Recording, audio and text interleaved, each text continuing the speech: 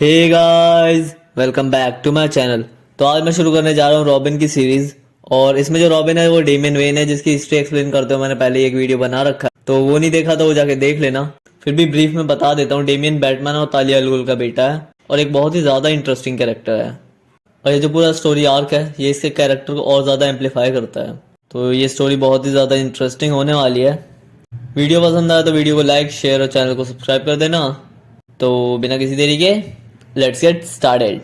गौतम से बहुत दूर मार्कोविया में 3 गार्ड्स एक कमरे के बाहर तैनात हैं कि तभी कोई उन्हें एक एक करके मारने लगता है। उस कमरे के अंदर तालिया अलगुल कॉफी पीने जा ही रही होती है कि तभी उसे कुछ महसूस होता है। वो कहती है, जब तुम 3 साल के थे तब तुम छिपकर लीग ऑफ असैसिन्स के एक मेंबर के पास गए थे और उसका कान काट दिया था, बस ये साबित करने के लिए कि वो तुम्हें आते हुए नहीं सुन सकता।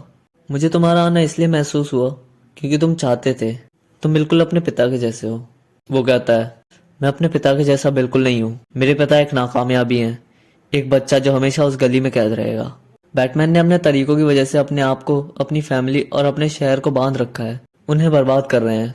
मैंने उनके साथ रहने और उनसे सीखने का प्रयास किया, पर मैं अब वहां से निकल आया हूँ। मैं आज़ाद हूँ। और हमें दिखाया जाता है कि वो कोई और नहीं, डेमियन वेन है। डेमियन कहता है, तालिया मैं वापस आया हूँ अपना ओहदा वापस लेने। अमर रासल गुल के नाती का ओहदा, डीमन थ्रोन के उत्तराधिकारी का ओहदा, चाहे आपको ये पसंद आए या ना आए। माँ तालिया उसे गले लगाती है और कहती है, तुम्हें देख के अच्छा लगा डेमियन।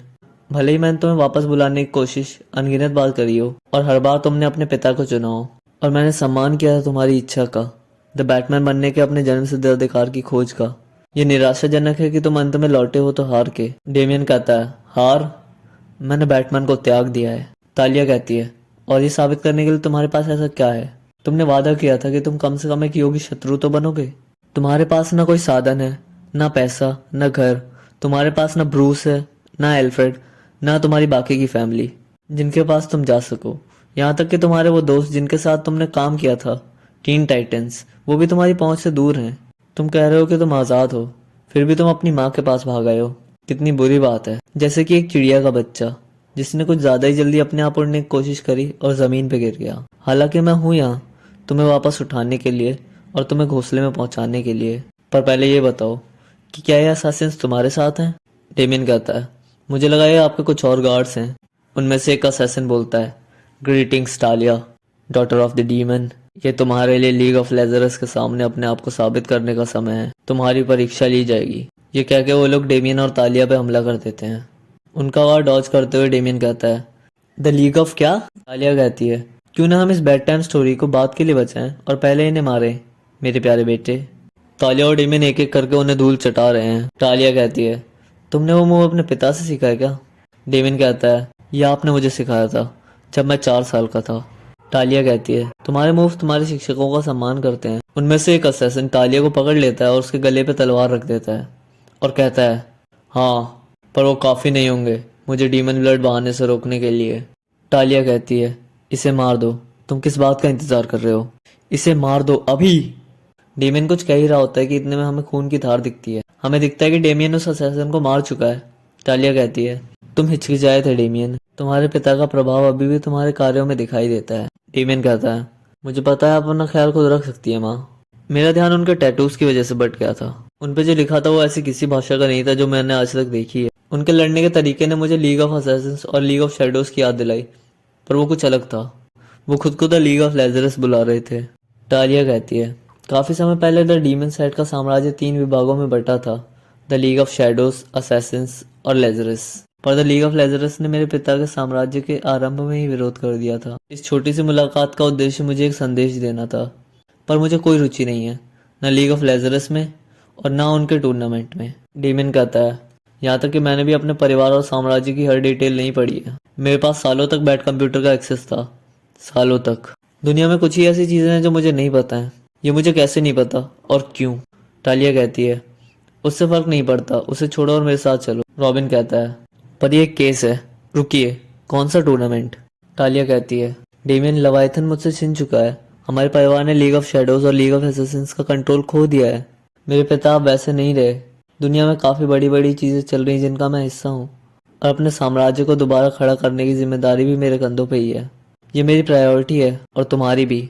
तुम इसमें मेरी सहायता करोगे, पर मैं तुमसे अपने बेटे की तरह बर्ताव नहीं करूंगी। वो गलती मैं पहले कर चुकी हूँ। तुम्हारे साथ भी मेरे किसी और असैसिन जैसा ही बर्ताव होगा। तुम एक हथियार हो मेरे हाथों में।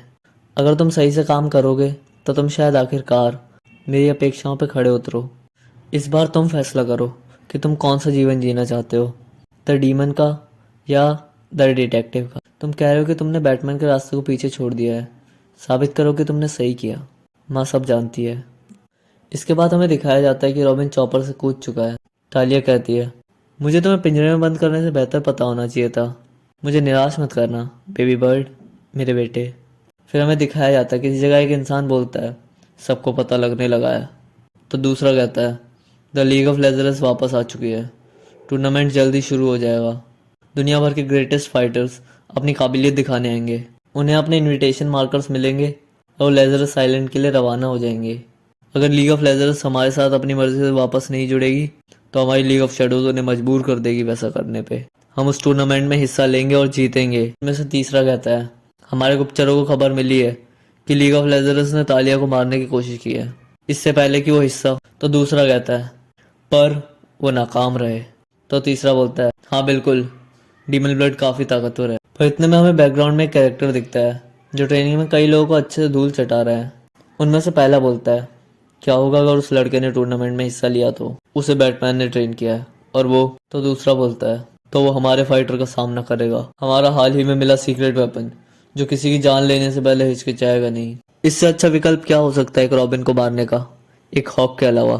और हमें दिखाई देता है कि वो फाइटर कोई और नहीं बल्कि कॉनर हॉक है, ग्रीन एरो का बेटा, जो कि दुनिया का सबसे महान मार्शल आर्टिस्ट में से एक है। इसका मतलब बैटमैन का बेटा वर्सेस ग्रीन एरो का बेटा।